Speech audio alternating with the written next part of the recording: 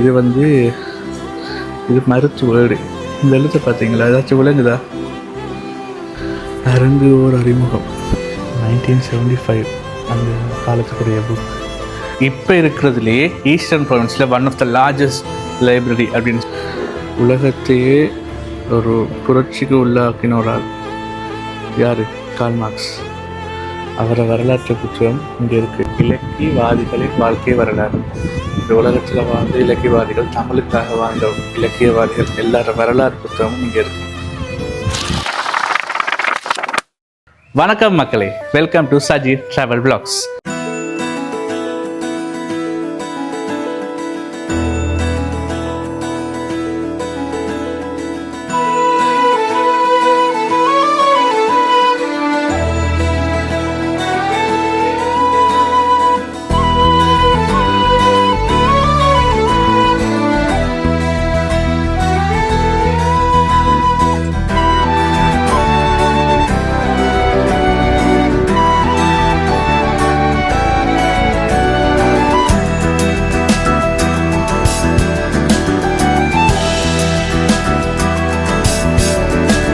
நம்ம ட்ராவல் பாக்ஸில் நம்ம நிறைய இடம் போயிருக்கிறோம், நிறைய இடம் பார்த்துருக்கிறோம், நிறைய வரலாற்று சிறப்புமிக்க இடங்களுக்கு நம்ம விசிட் பண்ணியிருக்கிறோம், நிறைய டூரிஸ்ட் பிளேஸ் போயிருக்கோம். ஆனால் எனக்கு ஒரு க்யூரியஸ் இருந்தது, நம்ம ஊரில் அப்படி என்ன தான் இருக்குது? நம்ம இடம் என்னத்துக்கு ஃபேமஸ்? ஃபர்ஸ்ட்டுக்கு மட்டக்களப்பண்டா சிங்கி ஃபிஷ் அப்படின்னு சொல்லுவாங்க. அதுக்கப்புறம் பார்த்தா மட்டக்களப்பண்டா கோட்டைன்னு சொல்லுவாங்க. சரி, கோட்டையோட சம்மந்தப்பட்டது என்ன விஷயங்கள் இருக்குன்னு பார்த்தா அப்போ தான் நான் ஒரு விஷயத்தை கண்டுபிடிச்சினான். அந்த விஷயம் ஒன்றும் இல்லை, 200 வருஷம் அந்த கோட்டையோடு சம்மந்தப்பட்ட ஒரு முக்கியமான விஷயம் நம்மளோட இருந்திருக்கு. ஆனால் அதை பற்றி யாருமே பேசலை. அந்த இடம் என்னென்னா நம்மளோட பெட்டிக்லோ பப்ளிக் லைப்ரரி. இந்த பப்ளிக் லைப்ரரிக்கு கிட்டத்தட்ட 1832ஆம் ஆண்டிலிருந்து ஒரு வரலாறு இருக்குது. அப்போ இன்னும் கியூரியஸ் ஆகிட்டு என்னடா இருக்குது அப்படின்னு சொல்லி ரிசர்ச் பண்ண ஸ்டார்ட் பண்ணேன். நமக்கு நிறைய சோர்சஸ் இருக்குது. கிட்டத்தட்ட இந்த வருஷத்தோட 193 வருஷம் இந்த பப்ளிக் லைப்ரரி ஸ்டார்ட் ஆகி, அதாவது இனிஷியேட் பண்ணி 193 வருஷம் இந்த பப்ளிக் லைப்ரரி இப்போ கம்ப்ளீட் பண்ணி. அப்போ நான் யோசித்தேன், 193 வருஷம் அப்படி என்னதான் செஞ்சுருக்காங்க? நமக்கு பெருசாக தெரியல. இப்போ லைப்ரரி என்ன நமக்கு என்ன தெரியும்? ஒன்று கொழும்பு லைப்ரரி, அப்படி இல்லைன்னு சொன்னால் எல்லா நாட்டிலையும் பேசுகிற ஜஃப்னா லைப்ரரி. அப்போ நம்ம லைப்ரரி என்னத்துக்கு ஸ்பெஷல் அப்படின்னு யோசித்து பார்க்கக்குள்ள தேட நிறைய விஷயங்கள் உள்ளேருந்து அப்படியே வெளியே வந்தது. ஏண்டா நம்ம ஊர்லேயே 200 வருஷம் பழமையான ஒரு இடம் இருக்குது, இதுக்கு நிறைய வரலாறு இருக்குன்னு நான் ஒரு ரிசர்ச் பண்ணக்குள்ளே தெரிஞ்சுக்கணும். அப்போ சடனாக என்ன பண்ணேன், உடனே அதுக்குரிய ஆக்களை கண்டெக்ட் பண்ணோம், அதுக்கு ஒரு பெர்மிஷன் எடுத்தோம். ஏன்னா யாருமே இந்த இடத்த வந்து ப்ரொமோஷன் இல்லை, இந்த இடத்த தெரியப்படுத்தலை. அதனால நாங்கள் ஃபஸ்ட்டு இனிஷியேட்டிவாக இந்த இடத்த காட்டி யூடியூப் மூலமாக எல்லாருக்கும் தெரியணும் பண்ணி கொண்டு வந்தது. நாங்கள் இப்போ வந்திருக்க இடம் வந்து பெட்டிக்லோ பப்ளிக் லைப்ரரி. இந்த லைப்ரரிக்கு கிட்டத்தட்ட பார்த்திங்கன்னா ஒரு 200 வருஷம், கிட்டத்தட்ட 1832ஆம் ஆண்டு இந்த இடம் வந்து டச் ஆட்சி இருக்குது தானே, ஒல்லாந்தர் ஆட்சியிலிருந்து பிரிட்டிஷ் ஆட்சிக்கு மாறின பிறகு இந்த இடத்த ஒரு பேப்பர் வாசிக்கிற இடமா இப்போ சொல்லுவோமே, இப்போ இந்த இடத்துக்கு பின்னுக்கு தான் டச்சில் ஃபோர்ட் இருந்தது. இப்போ அதைத்தான் நம்ம ஒல்லாந்தர்லேருந்து பிரிட்டிஷ் கைப்பற்றினவங்க. அந்த ஃபோர்ட்டை கைப்பற்றினப்பறம் அந்த ஃபோர்ட்டுக்கு வேலைக்கு போவாங்க தானே, அதாவது பிரிட்டிஷ் ஆக்கள் வேலைக்கு போவாங்க, இங்கே இருக்க லோக்கலில் கொஞ்சம் படித்தவங்கள வேலைக்கு எடுத்துட்டு போவாங்க. அப்போ அவங்களுக்கு படிப்பிக்கிறதுக்கு, அவங்க வாசிக்கிறதுக்கு நியூஸ் பேப்பர்ஸ் எல்லாம் வரும். அந்த டைமில் பிரிட்டிஷ் பேப்பர் தான் நிறைய வரும்.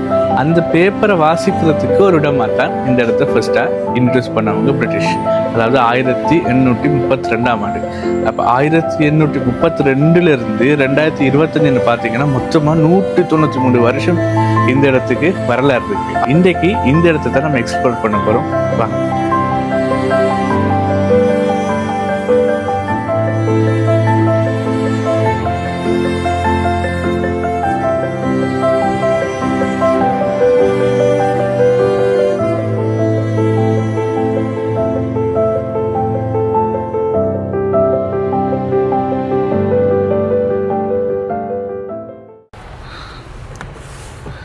அரங்கு ஓர் அறிமுகம். ட்ராமா தியேட்டரில் படிச்சிருக்கோம். சிவத்தம்பி 1975 அந்த காலத்துக்குரிய புக்.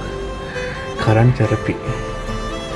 நான் நினைக்கிறேன்னா இங்கே வந்து எல்லா ஸ்டடீஸுக்குரிய புக்ஸும் இருக்குது. அப்படியே காட்டுங்க, இங்கே பாருங்கள்.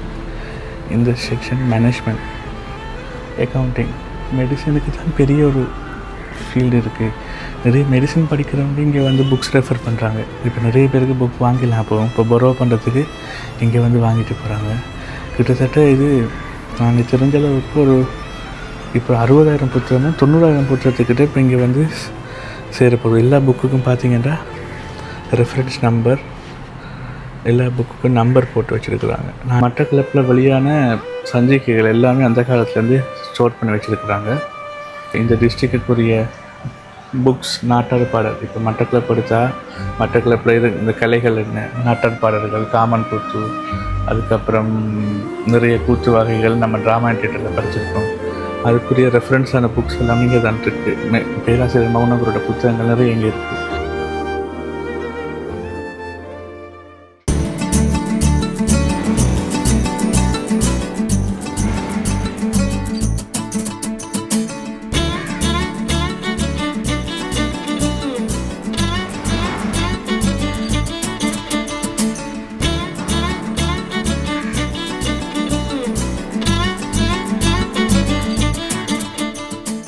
இந்த செக்ஷன் வந்து இங்கிலீஷுக்கு வந்து அவங்க செப்பரேட் பண்ணி வச்சுருக்குறாங்க. மோஸ்ட்லி இங்கிலீஷுக்கு வந்து 7,000 புக்ஸ் வந்து இந்த லைப்ரரியில் இங்கிலீஷ் மீடியம் இங்கிலீஷ் புக்ஸ் வந்து மெயின்டைன் பண்ணுறாங்க.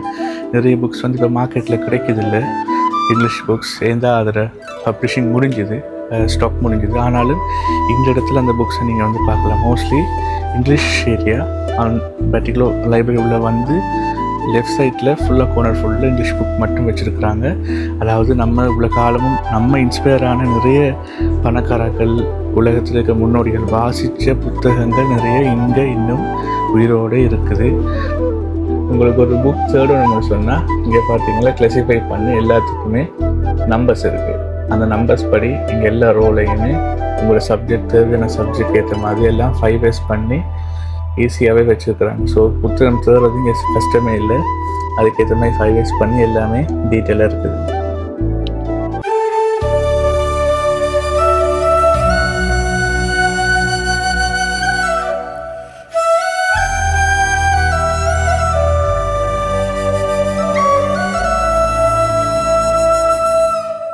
உலகத்தையே ஒரு புரட்சிக்கு உள்ளாக்கின ஒரு ஆள் யார்?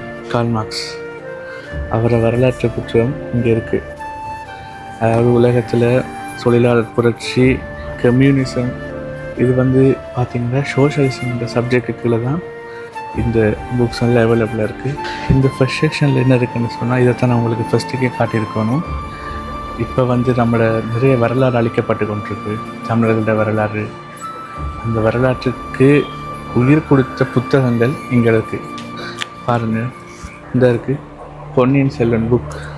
அதாவது தமிழர்களோட வரலாறு, சோழர்களோட வரலாறு, பாண்டியர்களோட வரலாறு, வரலாற்று சிறப்புமிக்க புத்தகங்கள் இங்கே இருக்குது. அதாவது இப்போ ஹிஸ்ட்ரியை வந்து மெயினாக படிக்கிறவங்க, இல்லாட்டி ஹிஸ்ட்ரியை தெரிஞ்சுக்கொள்ளணும், தமிழர்களோட சரித்திரத்தை படிக்கணும் என்று விரும்புகிறவங்க இந்த செக்ஷனுக்கு வந்தீங்கன்னா இந்த பாரு, இலக்கியவாதிகளின் வாழ்க்கை வரலாறு.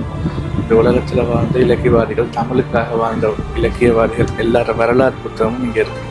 என்னோடய ஃபேவரட் புக் அக்னி சிறகுகளும் இங்கே இருக்குது. இந்த புக்களின் அது யார்? அக்னி சிறகுகள் எழுதினது யார்? அப்துல் கலாம். ஏபிஜே அப்துல் கலாம் எழுதின புக்கும் இங்கே இருக்குது. சமய வரலாறு, ஒரு சமயம் உருவானதிலிருந்து அதோட புத்தகங்கள் இங்கே அப்படியே இருக்குது. இது வரலாறு மற்றும் புவியியல், கலைஞர்களுக்கான வாழ்க்கை வரலாறு. உலக சரித்திரம்னு சொல்லி ஜவஹர்லால் நேரு ஒரு புக் எழுதினார். எத்தனை பேருக்கு தெரிஞ்சிருக்கும்னு தெரியாது. இந்த இருக்கு அந்த புக். இந்த புக்கில் வந்து நேரு, அதாவது இந்தியாவோட first prime minister after independence எழுதின புக். இங்கே அந்த ஓலை சுவடிகள், உங்களுக்கு அந்த காலத்தில் தெரியும், ஏடுகள் எழுதுவாங்க பேப்பர் இல்லாத டைமில். இது வந்து இது மருத்துவ ஏடு. இந்த எழுத்து பார்த்தீங்களா, ஏதாச்சும் விளங்குதா? இது ரொம்ப பாதுகாத்து வச்சுருக்குறாங்க. அதாவது மெடிசின், அந்த காலத்தில் அந்த ஆயுர்வேத மெடிசின் செய்வாங்க, அதுக்குரிய மருத்துவ ஏடுகள் இங்கே இன்னும் பாதுகாத்து வச்சுருக்குறாங்க. இங்கே சின்னாக்களுக்கு வந்து ஒரு செப்பரேட் செக்ஷன் இருக்குது. ஸ்டோரி செல்லிங் செஷன் இப்போ போயிட்டுருக்கேன். அதுக்கு தான் போகிறோம்.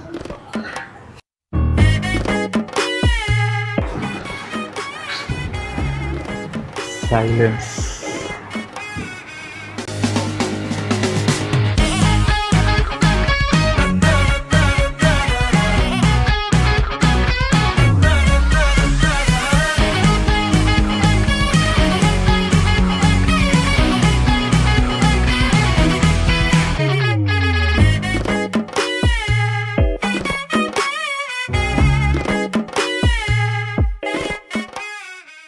இங்கே லைப்ரரியில் சில்ட்ரன் செக்ஷனில் 3 வயசுலேருந்து 14 வயசுக்கு உட்பட்ட பிள்ளைகள் இருக்காங்க தானே. அதாவது டீனேஜ்க்கு போகிறதுக்கு அந்த கட்டம் மட்டும் இருக்கிற பிள்ளைகளுக்கு என்ட்ரன்ஸ் ஃப்ரீ. இந்த செக்ஷனே என்ட்ரன்ஸ் ஃப்ரீயாக தான் மெயின்டைன் பண்ணுறாங்க. அவங்களோட நிறைய ஆக்டிவிட்டி அவங்க மானிட்டர் பண்ணுறாங்க. ஃப்ரீயாக வந்து இங்கே படிக்கலாம். நிறைய புக்ஸ் இருக்குது. அதோட வந்து அந்த நம்ம சின்ன வயசில் செய்வோம் படம் பார்த்து கதை எழுதுங்க, அந்த மாதிரி நிறைய ஆக்டிவிட்டி இங்கே இருக்குது. நானே ஃபஸ்ட் டைம் இந்த செக்ஷனுக்கு வந்திருக்கிறேன். இங்கே வந்து நிறைய சின்ன பிள்ளைகள் இப்போ வராங்க. இந்த சனிக்கிழமை ஞாயிற்றுக்கிழமை தான் சின்ன பிள்ளைகள் வீட்டை நிற்கும், வீட்டை குழப்படி பண்ணுவாங்கல்ல, நிறைய பிரச்சனை இருக்குது. ஆனால் நிறைய பேரண்ட்ஸ் என்ன செய்கிறாங்க, இங்கே கொண்டு வந்து விட்டு அந்த டைம் ப்ரொடக்டிவாக யூஸ் பண்ணுறாங்க. அதோட இவங்களை என்ன பண்ணுறாங்கன்னா எஜுகேஷனல் ட்ரிப்பாக இந்த பெட்ரோ லைப்ரரியாலே ஆர்கனைஸ் பண்ணி கூட்டி போகிறாங்க. அதாவது இப்போ நம்ம ஒரு பிள்ளையை பார்த்துக்கொள்கிற மாதிரி இங்கே இருக்கிறவங்க தங்கட பிள்ளைகளை போல் பார்த்துக்கொண்டு இந்த லைப்ரரியை சில்ட்ரன் செக்ஷனை ஸ்பெஷலாக மெயின்டைன் பண்ணுறாங்க. ஏனென்றால் சின்ன வயசுலேயே நம்ம வாசிக்க தொடங்கினா தான் பெரிய வயசாக வரக்குள்ளே அது வந்து நமக்கு ஒரு ஹேபிட்டாகவே வரும். சின்ன வயசுலேயே புத்தகங்களை வெறுத்துட்டோம்னா ஒரு 25 வயசுக்கு பிறகு லைஃப்குள்ளே போகக்குள்ளே அது சரியான இம்பேக்டை க்ரியேட் பண்ணும். ஸோ சின்ன வயசுலேருந்து பிள்ளைகளை ட்ரெயின் பண்ணுங்கள், அதுதான் எப்பயுமே பெஸ்ட்.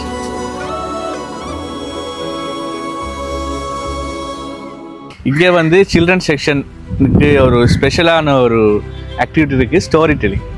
இப்போ நம்ம 80s 90s அந்த டைமில் நான் பிறக்கலை.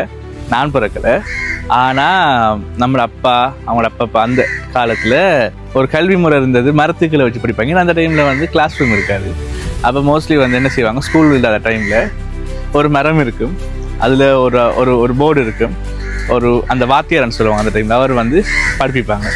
ஸோ இப்போ அது நிறைய இடத்துல இல்லாமல் போயிட்டு, அதுக்கு ரீசன் வந்து மாடர்னைஸ் ஆகிட்டோம், நாங்கள் வந்து டெக்னாலஜியில் வளர்ந்துட்டோம், நாங்கள் ஏஐக்குள்ளே போயிட்டோம்னு சொல்லி, அதாவது ஒரு ஆக்கள்கிட்ட பேச்சு திறமையே இப்போ வந்து குறைஞ்சி கொண்டு வருது. ஆனால் லைப்ரரியால் என்ன செய்கிறாங்கன்னா சின்ன பிள்ளைகளுக்கு, இப்போ நான் சொன்னேன் தானே 3 வயசுலேருந்து 14 வயசு மட்டும் இருக்கிற பிள்ளைகளுக்கு ஸ்டோரி டெல்லிங்னு சொல்லி ஒரு ஸ்பெஷலாக ஒரு செஷன் வச்சு, இங்கே பார்த்தீங்கன்னா இப்போ இந்த மரத்துக்குள்ள எல்லாருக்கும் கதிரை போட்டிருக்கு. கதிரையை போட்டு அவங்க என்ன பண்ணுவாங்க, ஒவ்வொரு ஆக்களும் ஒரு விஷயத்தை பேசுவாங்க. பேசுவக்குள்ள என்ன செய்யும்னா ஆட்டோமேட்டிக்காகவே அவங்களோட ஆளுமை என்று சொல்லுவோம். இப்போ நம்ம ஆளுமையை வந்து ஆளுமை பழகு, சமூகம் இப்படித்தானு நம்ம சொல்லிக் கொடுக்க தேவையில்லை. இப்படியான விஷயங்கள் நம்ம செய்யக்குள்ளே அவங்க எதிர்காலத்தில் லைஃப்பில் போகக்குள்ள அதெல்லாம் ஆட்டோமேட்டிக்காகவே அவங்களுக்கு வரும். ஸோ அப்படியான ஒரு நல்ல விஷயம் இன்னுமே இந்த பர்டிகுலர் பப்ளிக் லைப்ரரியில் செஞ்சு கொண்டு இருக்கிறாங்க. இந்த அட்மாஸ்பியரே நல்லா இருக்குது. நான் இதில் இருக்கக்குள்ளே எனக்கு உண்மையாக இங்கே இருக்கணும் போல இருக்குது. இவ்வளோ பெரிய கத்தாமரம் நம்மளோட மட்டக்களப்புக்கே உரித்தான ஒரு மரம். அதுக்கு கீழே பார்த்தீங்கன்னா இந்த சேர்ஸ் எல்லாம் போட்டிருக்கிறாங்க. அப்போ ஒரு சாட்டர்டே டைமில் பிள்ளைகள் வந்து இருந்து படிச்சுட்டு போகிறதுக்கு இது நல்ல யூஸ்ஃபுல்லாக தான் இருக்குது. இப்படியான விஷயங்கள் நானும் இப்போ தான் தெரிஞ்சு கொள்கிறேன். வாங்க அடுத்த நியூஸ் பேப்பர் செக்ஷனுக்கு போ.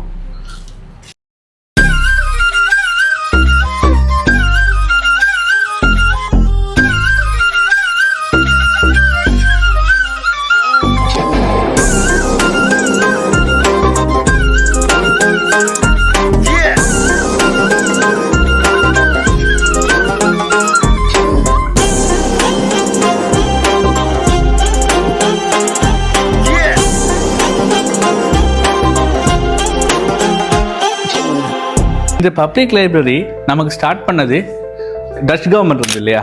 டச் கவர்மெண்ட் வந்து 1796 மட்டும் ஸ்ரீலங்கார கரையோரத்தை வச்சுருந்தவங்க. அது அப்படியே நம்மளை பிரிட்டிஷ் வந்து அதை அப்படியே ஆக்கிரமிச்சிட்டாங்க.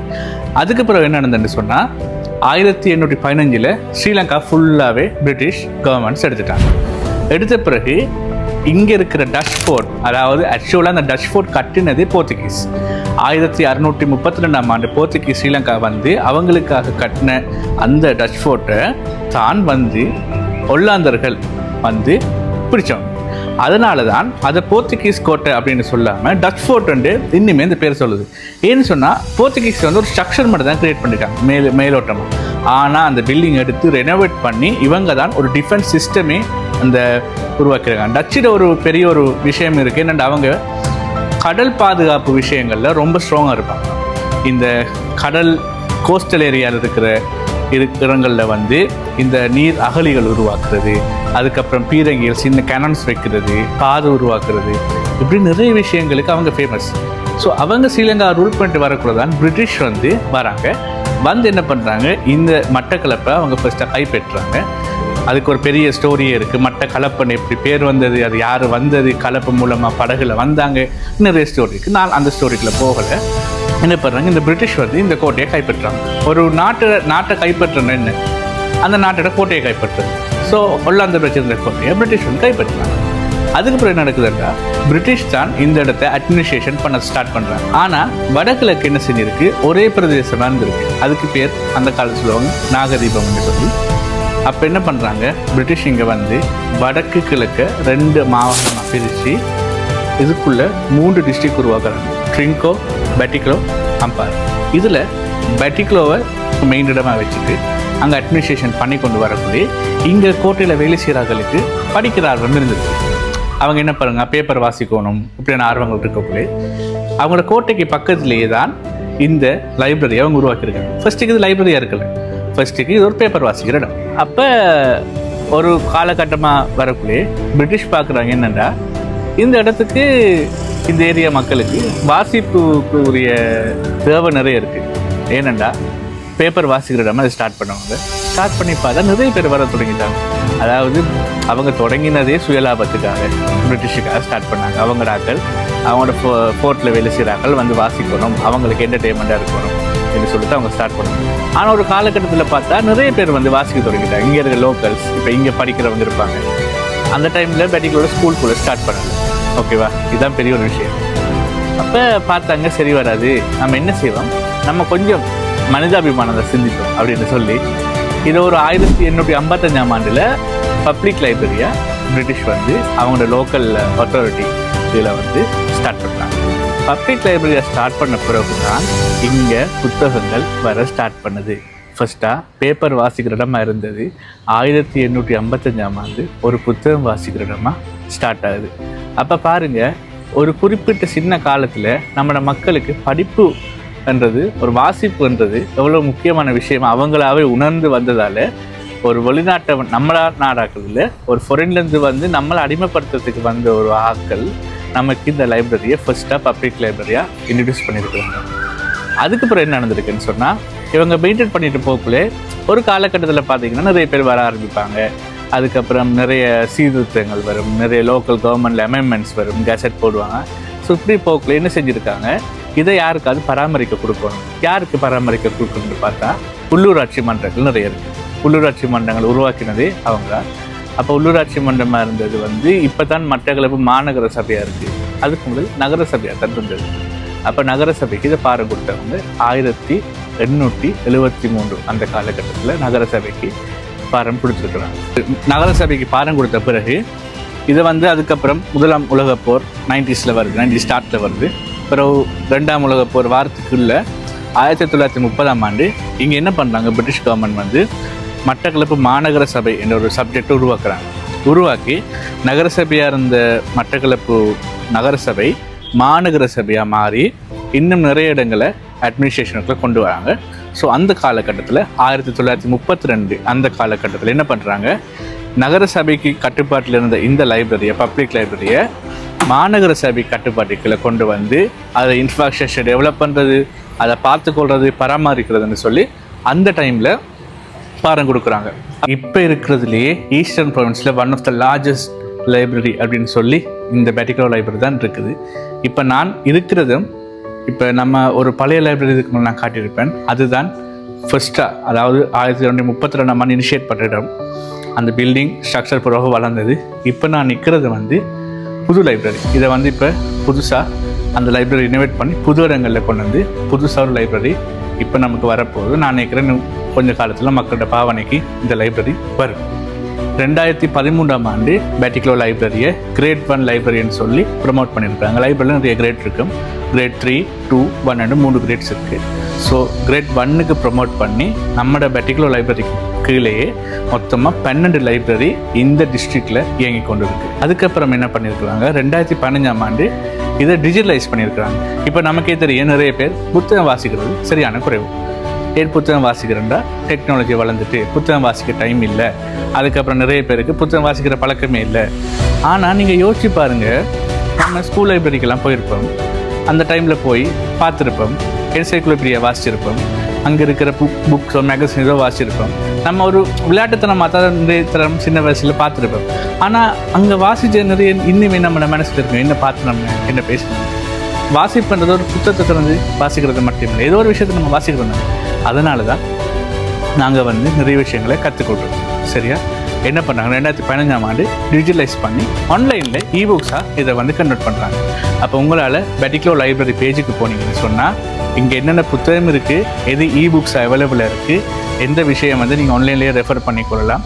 அப்படி இல்லாட்டா உங்களுக்கு திங்கள்லேருந்து ஞாயிற்றுக்கிழமையில் பெட்டிக்லோ லைப்ரரி ஓப்பனில் இருக்குது, வெனிஸ்டே மட்டும் ஓப்பனில் இருக்காதுன்னு நினைக்கிறேன். நீங்கள் வாங்க, புக்ஸை எடுங்க, வாசிங்க. ஒரு வருஷத்துக்கு ஒரு ஆளுக்கு பெரிய அமௌண்ட் சந்தா பண்ண இல்லை, சின்ன ஒரு அமௌண்ட் தான் இருக்குது. 2 வீக்குள்ளே 2 புக் தான் எடுக்கலாம்னு சில கண்டிஷன்ஸ் கவர்மெண்ட் ரூல்ஸ் இருக்குது. அப்படி இருந்து நிறைய பேர் இனிமேல் வராங்க, வாசிக்கிறாங்க. எப்பயுமே நம்மளோட ஊரை மறக்கக்கூடாது என்ற மெயின் கான்செப்டில் நான் இப்போ பெட்டிக்லோ லைப்ரரியை உங்களுக்காக எக்ஸ்ப்ளோர் பண்ணி சொல்லியிருக்கிறேன். ஸோ அடுத்து இதே மாதிரி இன்னும் நிறைய விஷயங்கள் நம்மளோட ஊரில் இருக்குது, இன்னும் எக்ஸ்ப்ளோர் பண்ணுவோம். வாங்க. தேங்க்யூ.